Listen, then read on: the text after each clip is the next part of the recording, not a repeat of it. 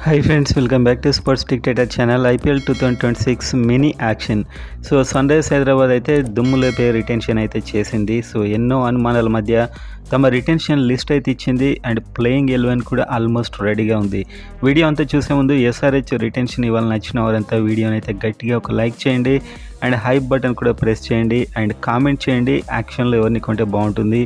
And అదేవిధంగా subscribe చేసుకోండి. SRH special updates మన ఛానల్లో ఎప్పుడు ఉంటాయి. సో మీరైతే వీడియోని లైక్ చేసి చూడండి. And next sunrise Hyderabad retention list అయితే వచ్చింది. సో ఫస్ట్ నుంచి మనం ట్రావిస్ మనకి హెన్రిచ్ క్లాసెన్ అండ్ అదేవిధంగా ఇషాన్ కిషన్ మొదలైన వాళ్ళని రిలీజ్ చేస్తారా అని చెప్పి చాలా డౌట్ అయితే ఉండేది. కానీ ఫస్టే మనకు మహమ్మద్ షమీని అయితే ఎల్ఎస్జీకి ఇచ్చేశారు. అదొక ట్రేడ్ అయిపోయింది. 10 కోట్లు అయితే అక్కడ పర్స్ వాల్యూ యాడ్ అయిపోయింది సన్రైజ్ హైదరాబాద్కి. అండ్ ఇంకా రిటెన్షన్ లిస్ట్లో మాత్రం ఎలాంటి బిగ్ నేమ్స్ ఉంటాయని చాలా ఎదురు చూసాం. సో మనం చూసినట్లయితే రిటెన్షన్లో బిగ్ నేమ్స్ పెద్ద ఏం లేవు. అభినవ్ మనోహర్ 3.2 crore. సో ఇతనైతే రిలీజ్ చేసేశారు అభినవ్ మనోహర్ని. సో పెద్ద ఆడలేదు, ఎన్ని ఛాన్స్లు వచ్చినా, కాబట్టి ఇతన్ని అయితే తీసేశారు. అండ్ ఆ తర్వాత అథర్వ టైడే 30 లక్షలు, సచిన్ బేబీ 30 లక్షలు. సో వీళ్ళకి పెద్ద ఛాన్స్ రాలేదు, వీళ్ళు పెద్ద ప్రూవ్ చేసుకోలేదు. సో వీళ్ళనైతే రిలీజ్ చేసేశారు. పెద్ద మ్యాటర్ అయితే కాదు ఇది. ఆ తర్వాత వియాన్ ముల్లర్, సో ఇతనికి 1 కోటి రూపాయలు, ఇతన్ని రిలీజ్ చేసేశారు. అండ్ సిమర్జీత్ సింగ్ పోయినసారి చాలా డిజాస్టర్ పర్ఫార్మెన్స్లు అయితే ఇచ్చాడు. అండ్ తర్వాత చూసుకున్నట్లయితే రాహుల్ చహార్ ఒక మ్యాచ్ కూడా సరిగా ఛాన్స్ ఇవ్వలేదు, కాకపోతే ఇతడు రిలీజ్ అయిపోయాడు 3.2 కోట్లు. ఆ తర్వాత ఆడెన్ జంపా వరల్డ్లో టాప్ స్పిన్నర్ ఇతను. సో ఇతన్ని కూడా రిలీజ్ చేశారు 2.4 కోట్లు. సో ఓవరాల్గా మనం చూసుకుంటే టీంలో Travis head and Abhishek Sharma ఒక బిగ్ అడ్వాంటేజ్ అని చెప్పొచ్చు. వాళ్ళిద్దరికి 14 కోట్లు. సో వాళ్ళిద్దరైతే రిటైన్ అయిపోయారు. వాళ్ళు ఓపెనర్స్గా ఉంటారు. ఇది ఎస్ఆర్హెచ్కి మెయిన్ బలం. వాళ్ళు ఆడినప్పుడు ఆ ప్రత్యర్థి ఎలా బౌలింగ్ చేసినా కూడా గెలుస్తారు. ఆ తర్వాత మన బౌలర్స్ ఎలా బౌలింగ్ చేసినా కూడా గెలుస్తారు. ముఖ్యంగా Travis head and Abhishek Sharma ఆట మీదనే అంత డిపెండ్ అయి ఉంటుంది.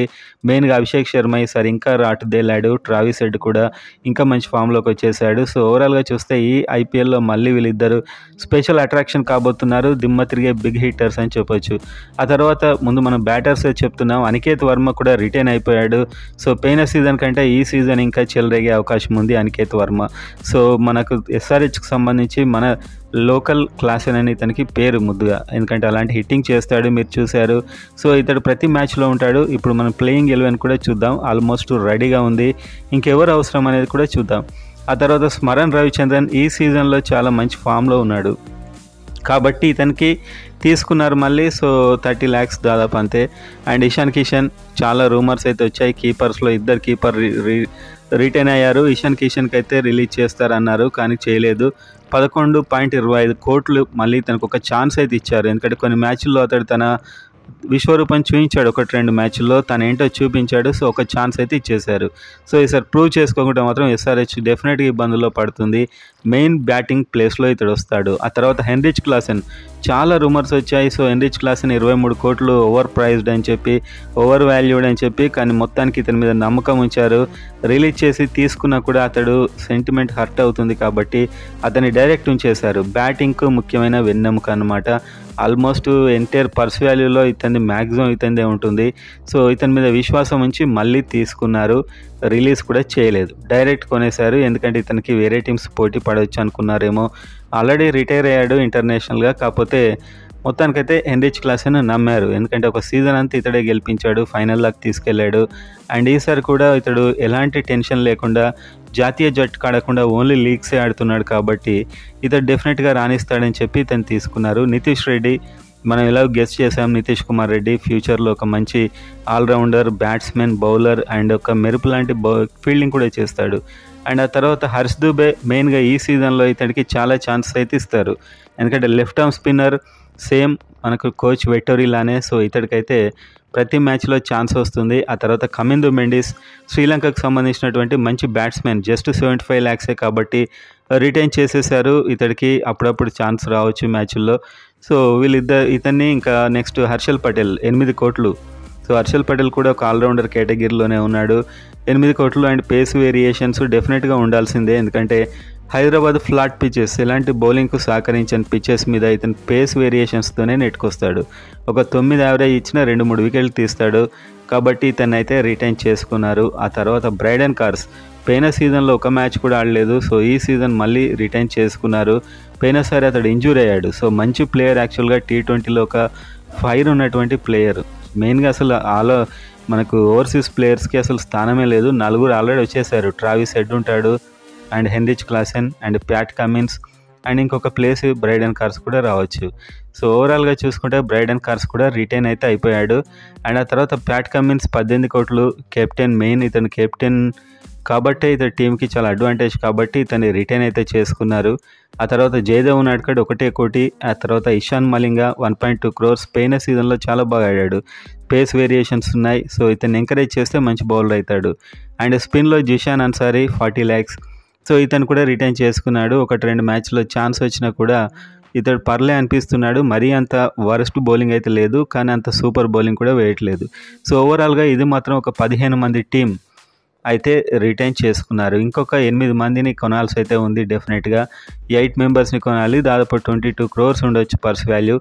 దాంట్లో వీళ్ళ మెయిన్ టార్గెట్ అయితే క్యామరూన్ గ్రీన్ ఉండబోతున్నాడు. ఆస్ట్రేలియాకి సంబంధించి ఫాస్ట్ బౌలర్. అతడు వచ్చేసినట్లయితే ఫాస్ట్ బౌలింగ్ ప్లస్ బ్యాటింగ్ చాలా బలోపేతం అవుతుంది, మామూలుగా ఉండదు. ఇతడు ఒక్కడికే వీళ్ళు 15 కోట్ల వరకు పెట్టే ఛాన్సెస్ కూడా ఉన్నాయి ఒకవేళ అవైలబుల్ ఉంటే. ఒక పెద్ద ప్లేయర్ని అయితే ఖచ్చితంగా కొంటారు. అది బ్యాటింగ్ అండ్ బౌలింగ్ ఆల్రౌండర్ అయినా అయి ఉండాలి. సో ఇప్పుడు మన టీం ప్లేయింగ్ 11 చూస్తే Abhishek Sharma, Travis head openers already set. ఇది నెంబర్ 3లో ఇషాన్ కిషన్. సో ఈ బ్యాటింగ్ ఆర్డర్ కూడా ఆల్మోస్ట్ మనకు పోయిన సీజన్లో వచ్చిన order. Number 4 Heinrich Klaasen. So ఈసారి టీంకి హెన్రిచ్ క్లాసెన్ మెయిన్ అని చెప్పొచ్చు. Main player అవ్వబోతున్నాడు. 23 కోట్లు అంటే ఆ రేంజ్ ఆట ఉండాలి ఖచ్చితంగా. సో ఇతని హిట్టింగ్ కూడా మనకు తెలుసు. మెయిన్గా ఇతడు స్పిన్ బాగా ఆడతాడు.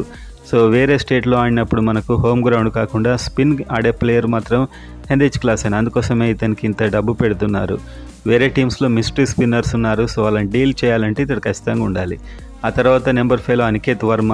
అండ్ అనికేత్ వర్మ మనకు తెలుసు ఎలాంటి హిట్టింగ్ చేస్తున్నాడో, కాబట్టి ఇతడు టీంలో ఖచ్చితంగా ఉంటాడు.